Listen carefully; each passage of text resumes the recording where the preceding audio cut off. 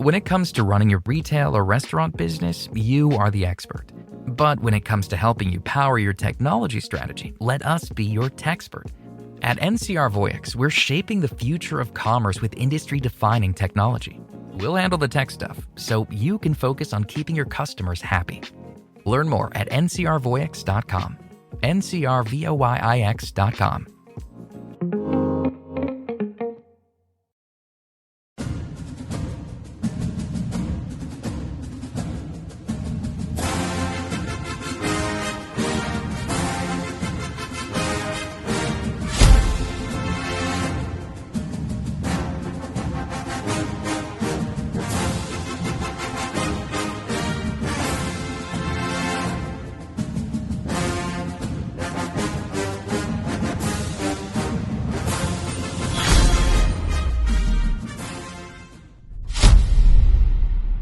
Good morning, good afternoon, good evening, however you're watching, wherever you're watching, however you listen, wherever you listen. It's the Bet Online Salute to Troy podcast, and we have a unique tripod today. We have our guy, Trevor McCue from the Amazing Blue McCue Review. We talked about that before. Told you. It rhymes. We're going to be talking a little bit USC Michigan. Before we get into that, I want to let you guys know, go to betonline.ag, put in promo code BELIEVE, that's BLEAV.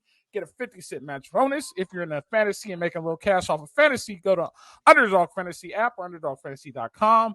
Put in code USC LAFB and get a $100 match. Trevor, welcome to the madness. You already experienced the madness behind the scene. Welcome to the madness. We have a big game coming up here. SC, Michigan, in the big house. I don't know if this has ever happened before outside of the Rose Bowl. Now it's a conference game. This is one of the biggest things that's happened in a long time. Let me ask you this question. And it's good to ask somebody from Michigan this question, and we could get a honest question. Let's take all the pageantry out of it. Let's take the fact that it's two blue bloods. Let's take the fact that it's at the big house. Let's just look at these two teams. Do you feel this game is bigger for Michigan than it is for SC? Or do you feel like this game is big for SC as it is for Michigan? And the reason why I asked that question is I think this is a prove-it game for USC, and I think this is a must-win for Michigan. How do you feel about that? I agree with that. I think I would even go farther. I think it's much bigger for Michigan, not just the trajectory of this season, but possibly this entire Sharon Moore era. I'd argue what USC has in their back pocket is that LSU win where Michigan has a blowout loss to Texas. So I think if USC comes into Ann Arbor, and I mean, honestly, if they lose, it's going to be close. I mean, there just doesn't look like there's going to be a scenario where Michigan could win this game big. So if USC has a close loss in Ann Arbor and has that win over LSU, I think they're fine. Look, it's a conference loss, which is, a bummer in terms of potentially getting into the Big Ten championship. But with this expanded playoff, you're almost better off losing to a really good team than you are beating a terrible one in terms of the way the committee's going to look at it. So I think USC's in a good spot with LSU already in their pocket. Michigan lost the Texas game big, and that's really impacted not just the way the country looks at them, but the way the fan base feels right now about this program today and in the future. USC is a game that at the start of the year, Michigan fans were counting as a W, right? The three games they were underdogs in were Oregon, Ohio State, and Texas. So the sentiment was kind of like, okay, go 9-3, win the games you're supposed to. Maybe you pick off one of those. Like that was kind of the expectation set. You lose this game, we're talking about 7-5 for Michigan, maybe 6-6 with a loss to Michigan State. Something this fan base is not going to accept. You can't do that. You can't do that. No. So I mean, I think this is a massive game for Michigan to get back on track and Sharon Moore to prove the continuity hire. We can get into this, but prove that Michigan is still Michigan, which was the entire reason he and basically everybody on the staff was hired, was this continuity angle. Yeah, Trevor. First of all, thanks so much for taking the time joining us. Great to meet you. So you kind of mentioned it there twice in your answer a little bit with where this program is, and so I was curious.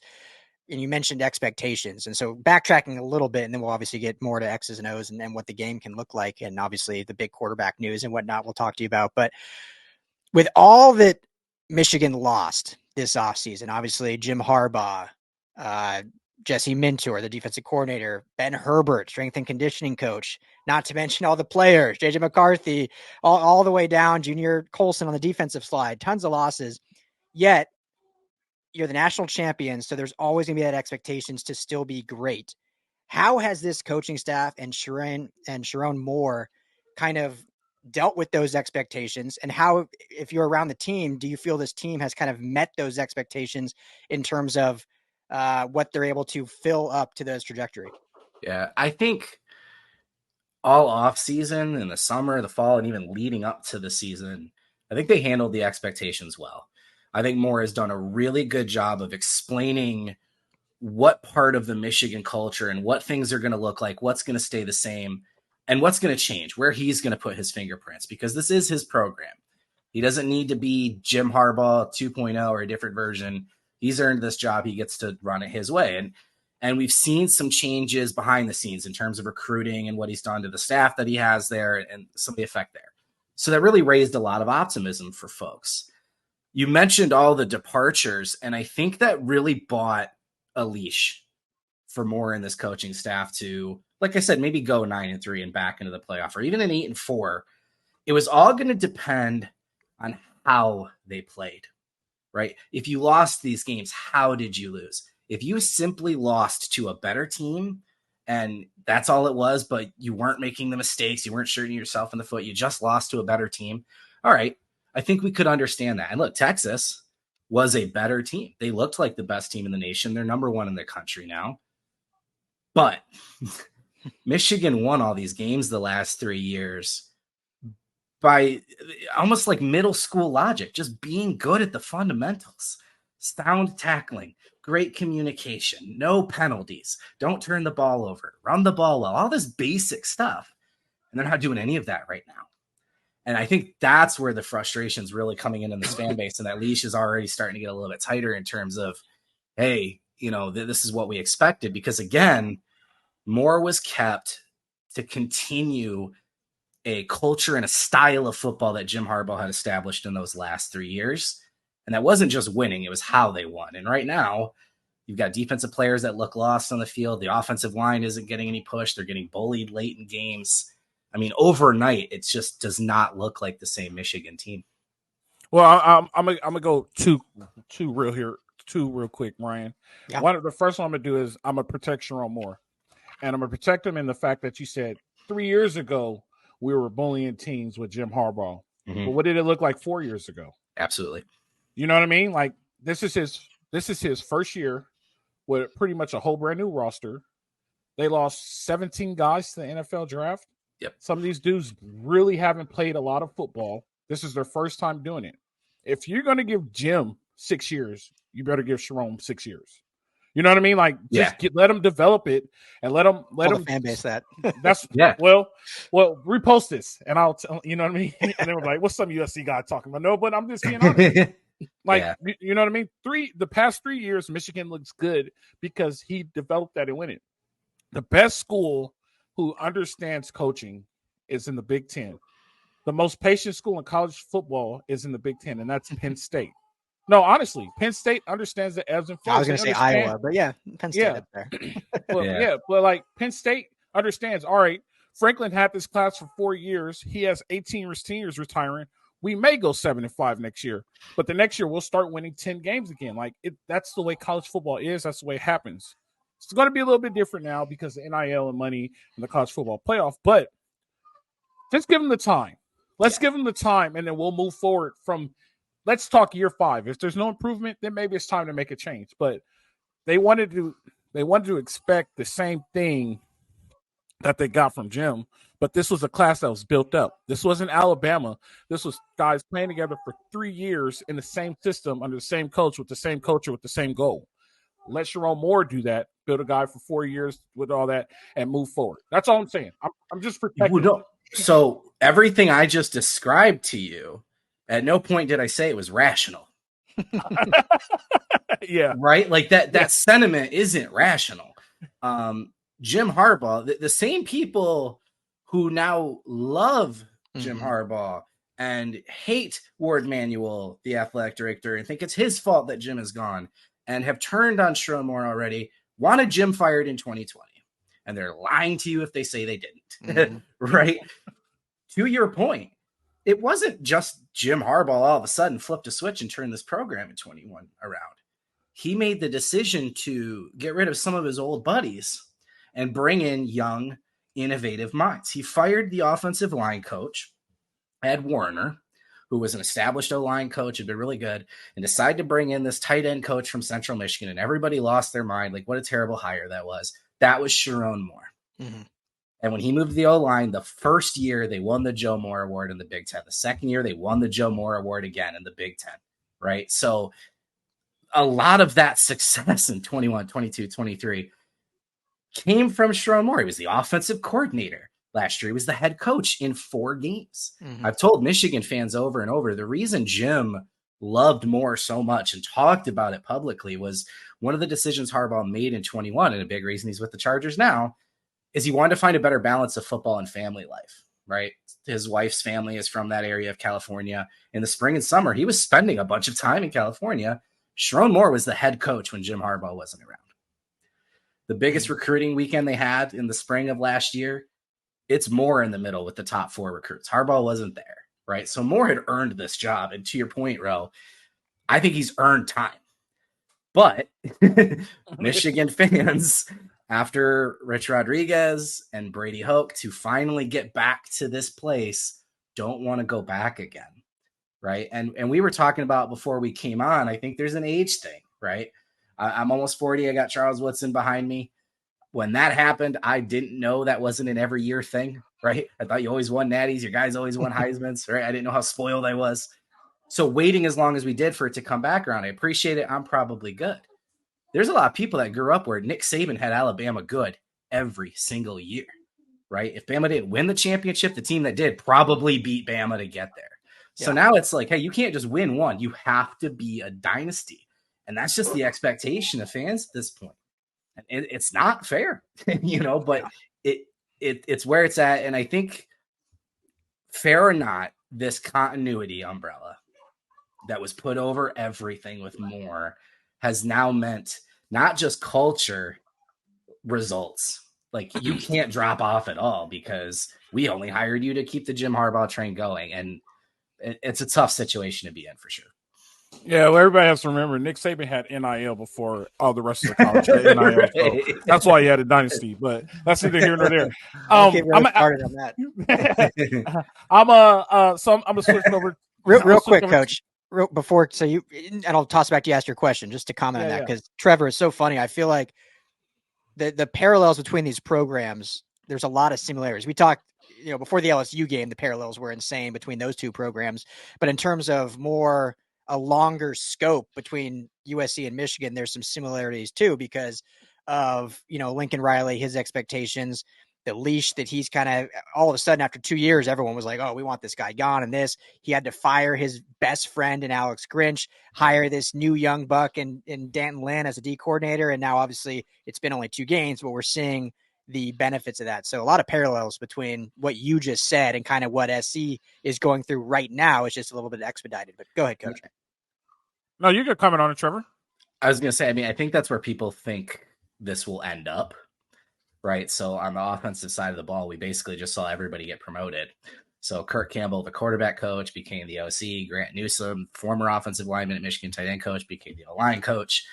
And on defense, you brought back a lot of elite talent, but you have a whole new staff. And it was the same thing, continuity. A lot of these guys brought in trying to keep the Ravens thing going. And I'm sure we'll get into Wink, but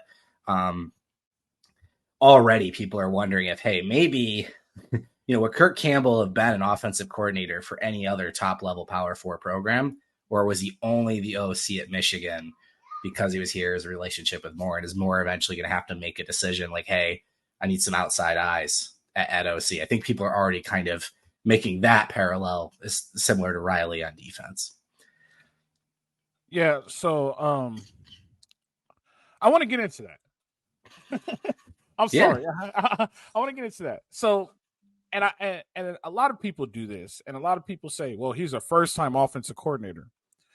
How do you become a 10-year offensive coordinator without not being out of a first-time offensive coordinator? That's so weird to me. Like, my only thing is, if he deserved to be promoted and they sat down and talked and he did enough for him to convince him, then yeah, you know what I mean? He deserves to be the coordinator. The only thing is, and I learned this a long time ago when I was at a clinic with Dave Weinstead, and Sean McVay's suffering with this right now. Your friends get you fired.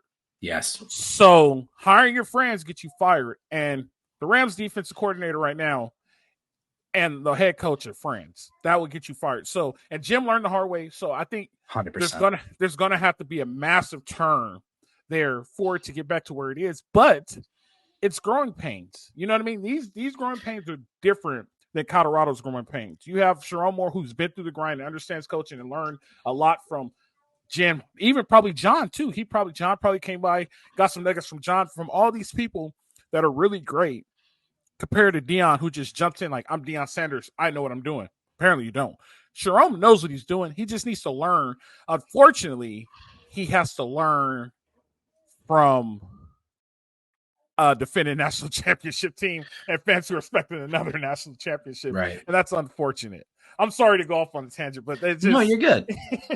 No, because I mean, there's two roads right now, and they're either going to come together at some point or they're going to split, and it's going to be tension, right? And I think there's a massive difference between the fan sentiment and what's going on with the team, because when you talk to these players, look, I don't know how many times I have to tell fans, I promise you're not more upset than the players are.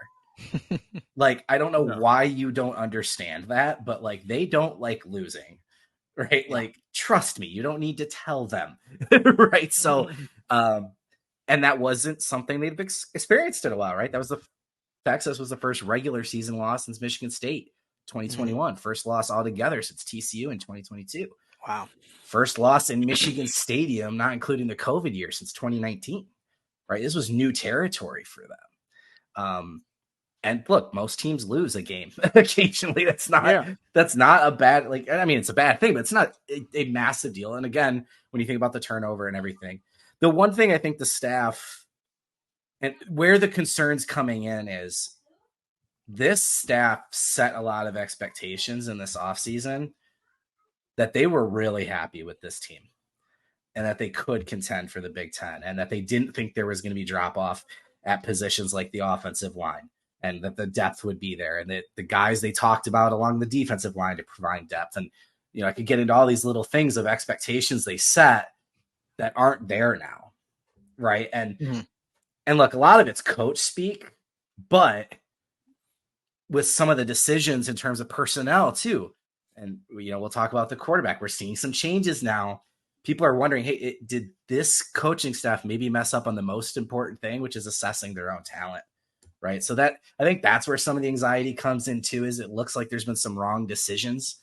And, you know, back to Kirk too, just, I hate bringing up play calling because I think it's such a funny joke where it's like, when a play goes well, everybody's like, oh, I love the play calling on that drive.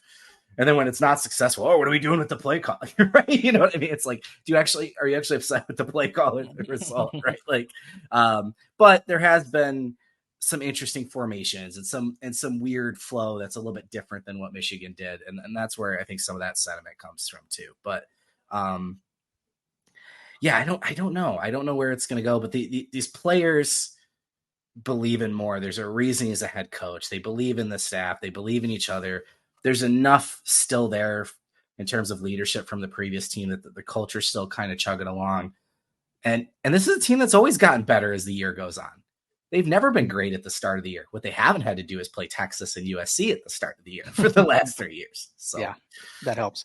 All right, let me ask you this, Trevor, and Coach, I'll let you ask about defense and Wink Martindale. So I haven't even asked my original question yet, so I'm a little behind. I got thrown off on the thing, but go ahead. Do you want to go first, or do you want me to go to offense? Well, I was going to ask about the game first, so let me ask about the game. Yeah. So this game at the beginning, let's talk should and could, right? So August, we talked Michigan, USC. Michigan should win. USC can win, could win if they do this, this, and this. I think the should and could flipped. Absolutely.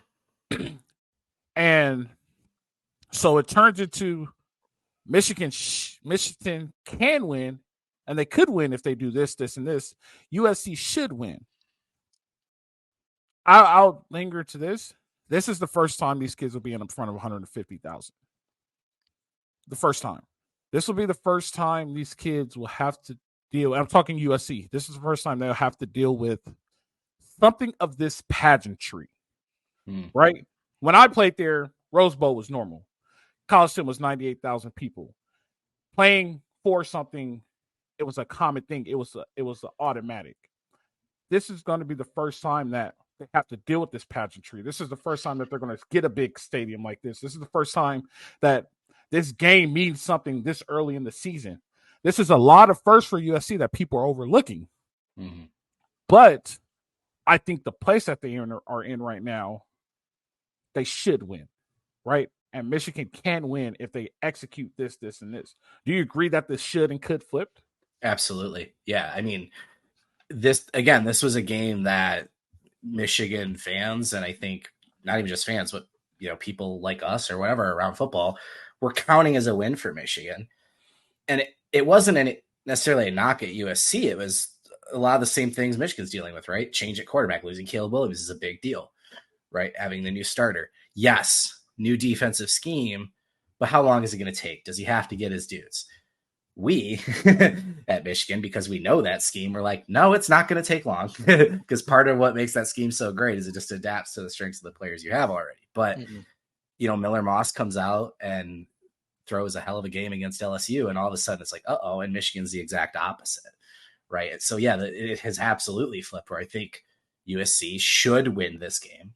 Michigan absolutely could. The defensive element of it is an interesting angle because USC is basically in the infant stages of a defense Michigan has used and gone against in practice every single day for the last 3.5 years. Right. So that's an interesting angle that could benefit Michigan. And yeah, coming to the big house, look, this is great for college football. I said the same thing when Texas was in the stadium. This is great for college football. I can't wait for Michigan to be in the Coliseum as well. I mean, just two legendary programs. I looked it up while we were talking. 1958, last time USC was in Ann Arbor. So wow. Does that even count? Does that count? Right. I have a rule on that, and no. But I think the state and Michigan, a lot of the talk going into Texas was, look, we're used to big games, right? Like, we've been to the playoff 3 years. We played in that Rose Bowl against Alabama. We've been to the Natty. So, like, for them, this isn't a big game. That's kind of the attitude that they're carrying. I do wonder, though, if this chip is more beneficial. The fact people think they're going to lose, I wonder if that's something this team needed. And I brought up the losses to Michigan State in 21. I don't think they beat I don't think they beat Penn State, and I don't think they beat Ohio State in 21 if they don't lose that Michigan State game. We might say, I don't think Michigan beats USC if they didn't lose that Texas game. That could be the scenario we're looking at.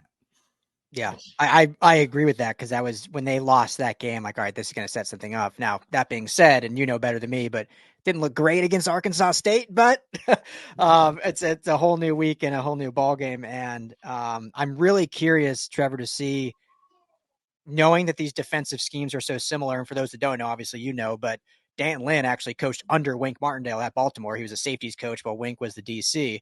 I'm curious who that will benefit more. If that'll benefit Michigan more, or if it'll benefit USC more, because they run such a different offense than what Michigan is used to seeing. And I think USC's scout team can probably replicate maybe their offense, because D'Anton Lynn might know a little bit of intricacies based on stuff they've seen. However, and this gets me to my actual question, with the big change of the starting quarterback in Alex Orji from Davis Warren, kind of a two-part question for you. One, just your thoughts on Orji, what he brings. I know everyone's talked about only 7 pass attempts, 2 of those for touchdowns, whatever. The kid can play, obviously, or they wouldn't have made him the job or given him the job. So just your thoughts overall on Orji, what he brings to this offense. And then a little bit more overarching, did it surprise you, knowing he was on the roster, that Michigan didn't pursue a transfer portal quarterback more in the offseason? Yeah, so trying to think. Sorry, that's a long-winded question. Yeah, no, and I can get long-winded and I can go off track, so I want to make sure I attack this correctly. I'm going to start with the transfer portal and then probably have you repeat the first one. Yeah. Michigan was put in such a terrible situation because their season ended a week before the NFL deadline. Yeah. And there was no way J.J. McCarthy was declaring publicly what he was going to do. And I don't care. This fan base now, of course, loves looking back and saying, oh, they should have done this and that. This fan base still hates Cade McNamara for announcing he was transferring to Iowa around the Big Ten championship game, even though he was injured and never going to play for Michigan again. Yeah. If J.J. McCarthy, a month before the Rose Bowl, announced he was going to the pros, this fan base would have lost their mind. Like, what are you focused on? Blah, blah, blah, right? But the truth is, that's what would have needed to happen for Michigan to be active in that winter portal window. Because these guys are making decisions end of November, early December. And no quarterback was going to commit here in Ann Arbor without that public declaration that he was leaving. And then in the spring window, there really wasn't anybody. Now, did Michigan, I don't want to say tamper, but maybe make it known to a couple of guys like, hey, if you entered, we might be interested. I believe they did. And those guys didn't enter. You know, so it's so easy now to look back on that, but there just really wasn't a scenario where it would have lined up. Obviously, if JJ comes back, this is a completely different team, right? Yeah. But that being said, to your point with Alex Orji, one of the reasons we know they believe in him as a quarterback is because he's still a quarterback. From the day he committed, everyone's like, well, he's probably going to end up at linebacker. He's built like one. His brother was, I believe, all SEC at Vanderbilt.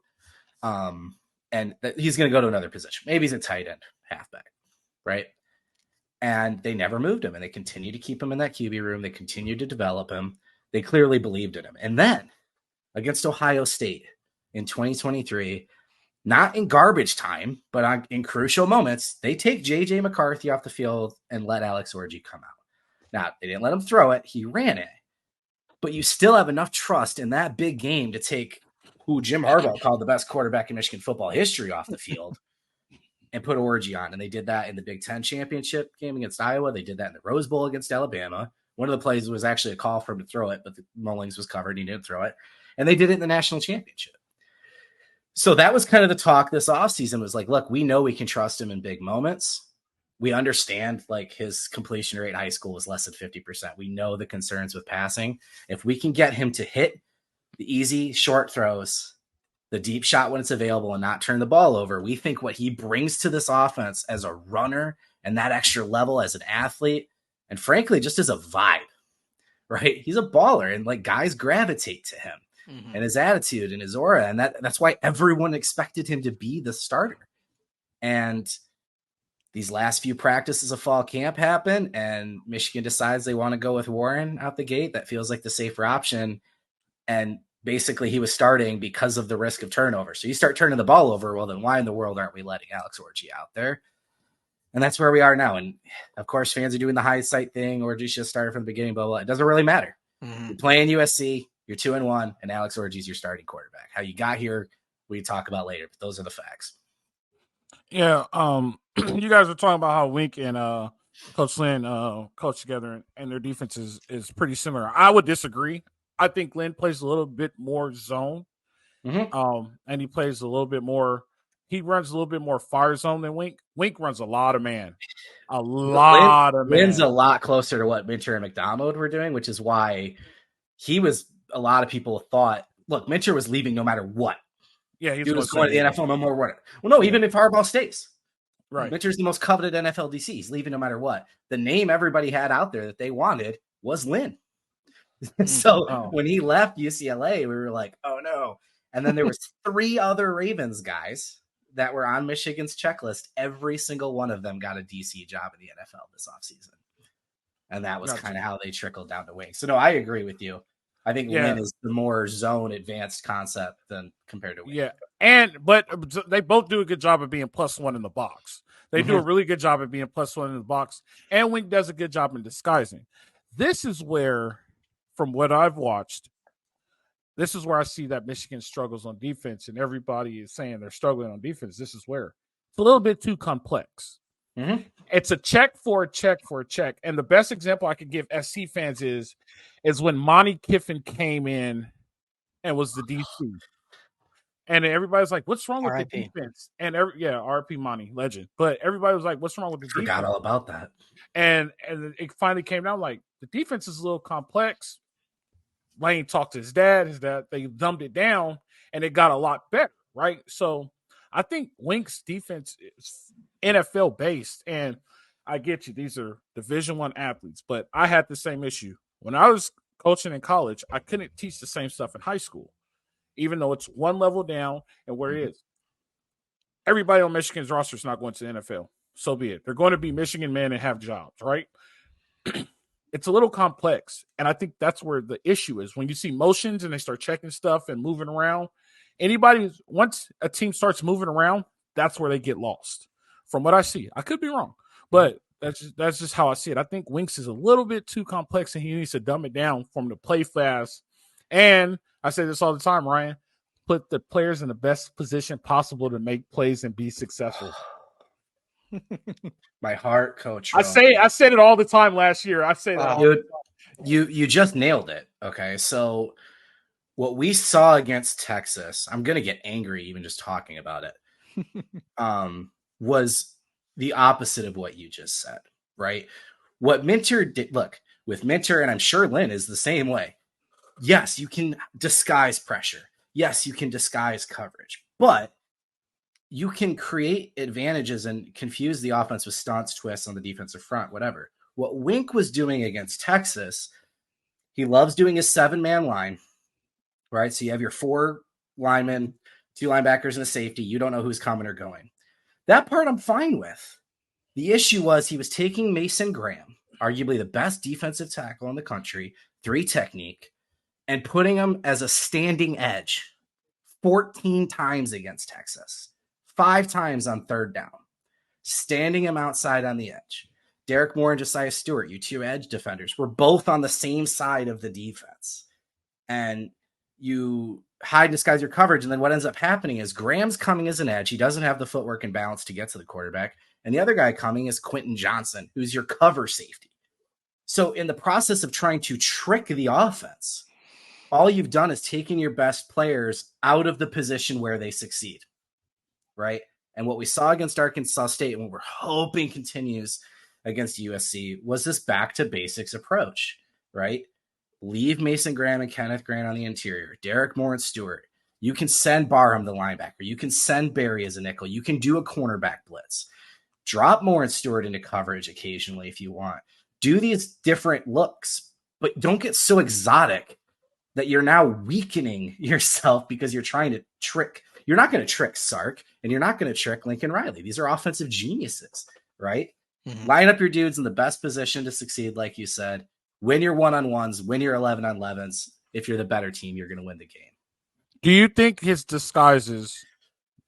Coach Lynn's disguises will give Orji some issues? I'm a little worried about Orji because he's a runner, and we haven't seen a runner yet this year, and that was our biggest kryptonite last year. But we do tackle better now. But do you think the disguises that Coach Lynn gives off, do you think that will give Orji some issues? Yeah, I do. Now, again, the advantage could be he's gone against not just Wink's version of this defense, but 2 years prior, Minter and McDonald. And the reason Orji really rose as a quarterback and amongst coaches, their belief in him was he was the most common scout team quarterback, especially Alabama, Jalen Milroe. We heard that all the time, and that was kind of where that hype and comparison came from. He's familiar with this type of scheme. I think the advantage isn't just him as a runner, but the threat of him as a runner. Look, I'm a Michigan dude. I'm not a big fan of Urban Meyer, but he said forever, nobody is. Having a quarterback that can run makes it 11 versus 11 instead of 11 versus 10. Yep. It's really that simple. You gain a number, right? So if Michigan is going to get back to its roots of running the football to establish the pass, play action, help Alex Orji out, Orji back there with Mullings, Orji back there with Edwards, hopefully Orji back there with both of them in some sets, Edwards splitting out wide, those things are going to help him. and the defense having to account for him in that way is going to help him. But look, if it's a third and obvious passing situation and Orji's dropping back, I'm nervous. He's going to lock into first reads and Lynn's going to trick him. And that's very possible. And look, Warren threw 3 picks against Arkansas State. So if Orji throws 1 or 2 in this game, are you any worse off? Probably not, right? That's kind of the mindset at this point. But yeah, in the passing game, I think Michigan really has to establish a run, because without play action, I think Lynn's going to, like I said, if it's 3rd and 9 and Michigan's back there in an empty set like they've been doing in some situations, they're going to mess with Orji. Yeah. Great. Yeah. Well, Trevor, this is great stuff. A couple more and then we'll get you out of here. I know we've already kept you long. Really appreciate the time. I could do this for hours, dude. Yeah, we're the same way. Especially once we get going, we're like, oh, it's been an hour. We should probably wrap up. You mentioned the running game, and I think Donovan Edwards, I don't know the exact number, but I think he has like 18 plays of 3 or fewer yards or something like that. And through 3 games, you would think really nothing of that. But considering 2 of those opponents are Fresno State and Arkansas State, I guess my question is, what's been your assessment of this offensive line thus far? You mentioned, obviously, Sherrod Moore coming from the offensive line, coaching ranks to offensive coordinator, head coach, all the awards the offensive lines have received in past. Does it seem like this is the offensive line getting the same push, or is this more of a non-threatening passing game that may be thwarting the running game a little bit? And how do you see that playing out now with Orji going against this Lynn defense? Look, the offensive line isn't as good as it's been. And that's not a shock. You lost a lot of NFL players off that offensive line. 6 guys went to the NFL last year. Insane. That said, there's some experience. There's some guys that have been in the program for a while. They're getting better every week. And that's always been the case. Like we talked about earlier, look, Harbaugh built this program a lot like an NFL team, where it was just this progress every week. You were playing your best ball at the end of the year. And Michigan was able to do that because the schedule was advantageous in years past. I've pulled up some of the pressure stats and some of the run block grades and things like that on these offensive lines over the last few years. And this group's pretty much right in line with what some of the best offensive lines have done. They just haven't played against, great opponents like they have with Texas to start the year, and now USC coming in. There's 2 problem spots. Center, again, this is where the coaching decisions have kind of been questioned. Greg Crippen was praised for 2 years. He was learning behind Olu Oluwatimi, who was the best center in the country the 1 year he was here at Michigan.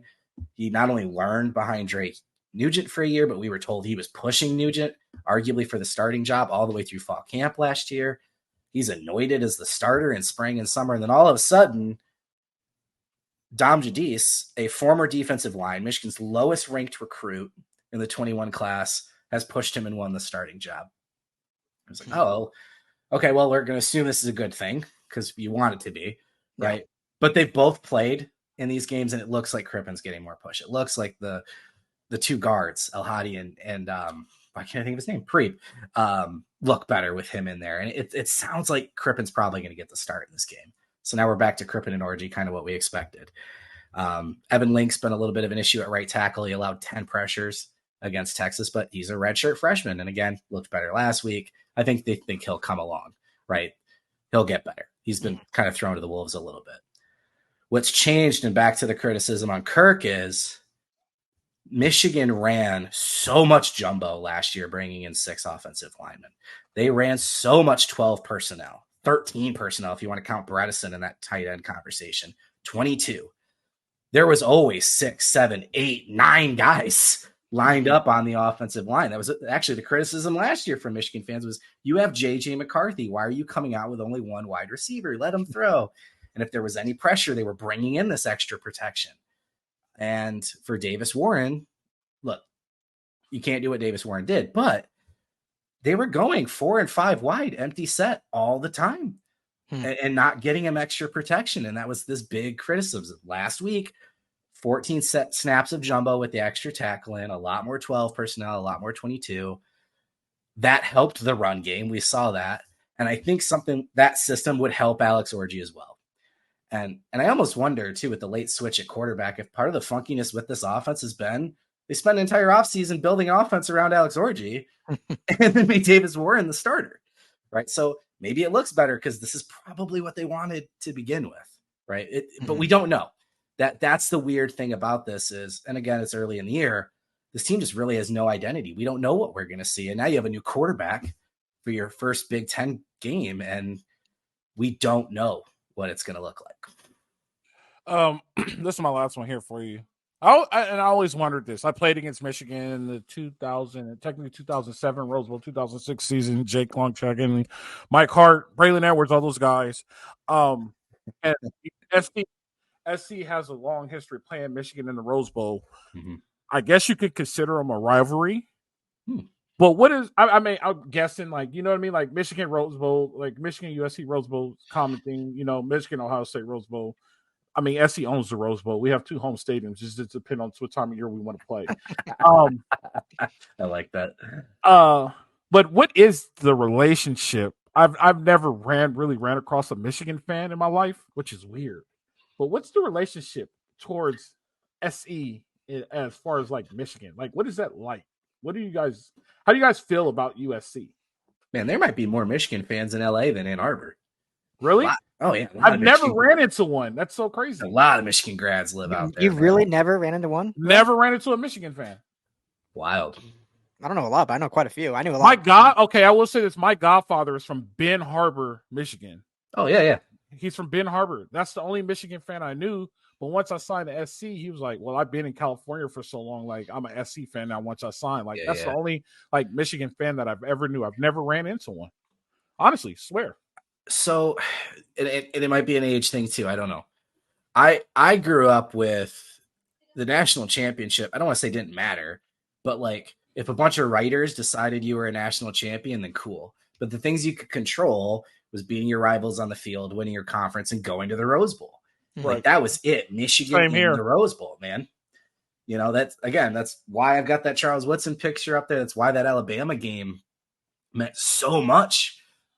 It was at the Rose Bowl, too. And it might be the last. I mean, I wish it would have been a Pac-12 team, right? But I think for anyone that's been around for a while, the vibes of the Michigan Pac-12 and playing in that Rose Bowl are still there. And that's how they think of USC. And they can probably think of some game from the 90s or something like that still holds memories to them. I think it's similar to what happened with Texas, too, though. Like, there's an odd level of respect for just understanding it's another blue blood program that, I mean, there's a lot of similarities, right? You play in one of the best stadiums in the country. Your uniform is iconic that even if you're not a college football fan, you know what USC's uniform is when you see it, right? The legendary players you can go back to Marcus Allen. You can talk about Leinart Bush, right? Like there's a lot of these similarities, even though West Coast, Midwest, right? And they haven't played very much. So being in the same conference is probably going to take a little bit of getting used to. But like you said, just the pageantry. If the anxiety from the Texas loss and how Michigan has been playing wasn't there coming into this year, everyone's like, dude, we're going to have USC in the big house. How cool is that? How cool is it? Mm-hmm. And I think once game time comes, I think that sentiment will start to come back just like it did, in the Texas game. Like, man, this is pretty cool. Like these two fan bases coming together. Michigan fans really only hate 2, maybe 3 fan bases. And it's Ohio State, it's Michigan State, it's Penn State. Oh, Notre Dame. What am I thinking? Hate Notre Dame too. But, we got that. Yeah, they're same thing with us. We got that. And to piggyback on that, I'll let you go real quick, Ryan. I'm sorry. To piggyback, that's how we feel about Penn State coming to the Coliseum. Like it's like Penn State's actually coming to the Coliseum. Like we can't believe this. Like we have Wisconsin coming, Minnesota, Nebraska. James Franklin's agent's been trying to get him in that stadium for years. Yeah, well, he's not good enough. But no, like that. But it's still Penn State. Like when you think of Penn State, you think of Joe Paterno and all the great linebackers that came through in there and all that. And when I think of Penn State, I think of that one Orange Bowl game where they missed the field goal kick. I think against Florida State. They went to like 5 overtimes or something like that. They kept missing the field goal to win the game. It was a while ago, but about 2005. It was 2005 because I was going to say it was. 05. I think I know what you're talking about. Yeah. It was 2005. I was actually being recruited. We were at a pizza place talking to a school.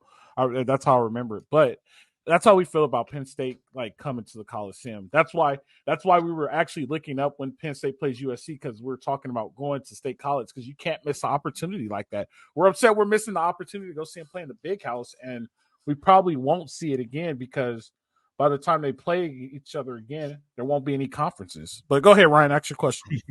Yeah, right. That's a whole nother conversation. Yeah. Real quick though, one thing on that note, just the vibe, like I was saying with the old folks like us, that the 1990 Rose Bowl, that's Bo's last game.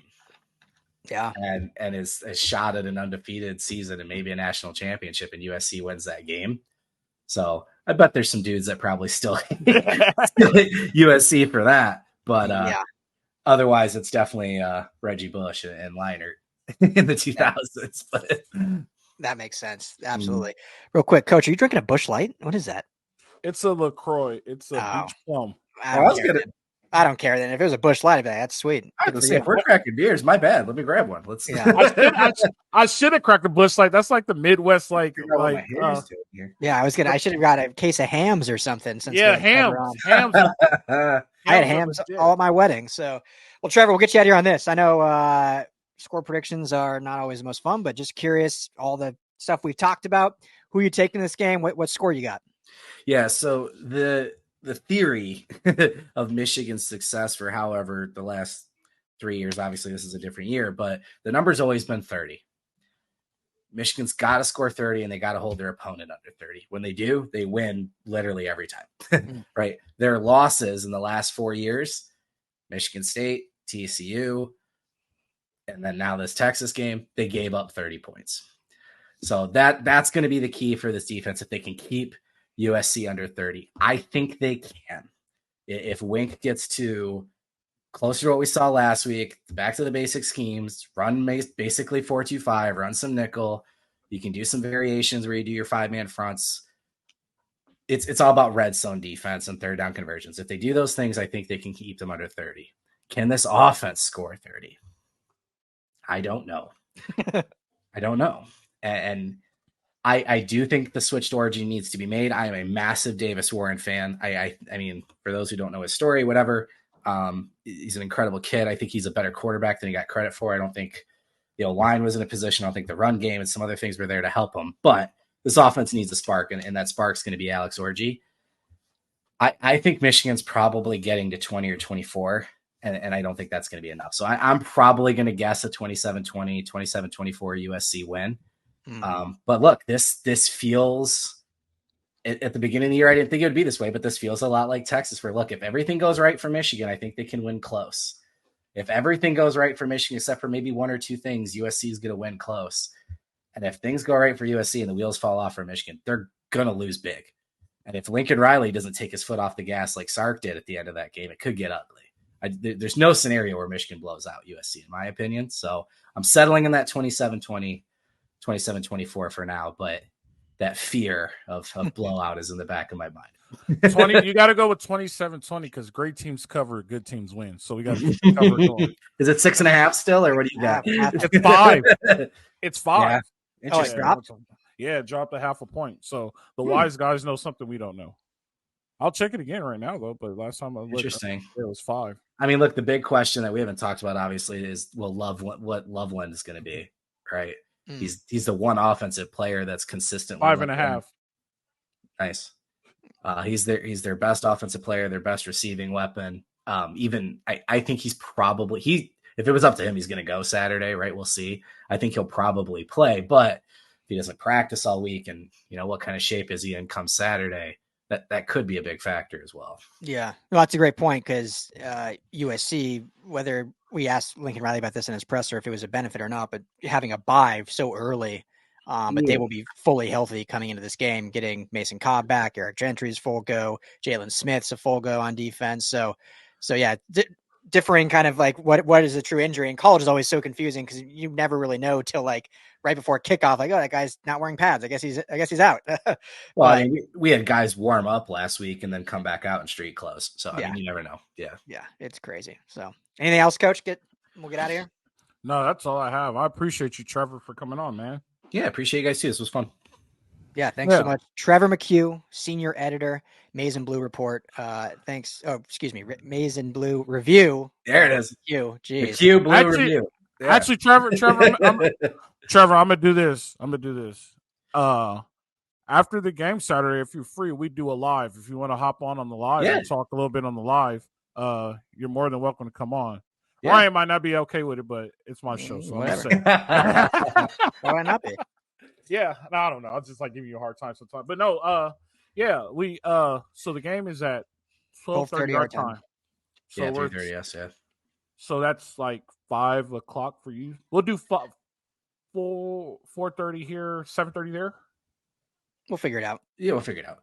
Yeah, like half hour after the game ends, something like that. Yep. Yeah. If you want to come on, you're more than welcome to come on. We could. If I can make that work, that'd be great. Yeah. Yeah, good deal. I'll have my people call your people.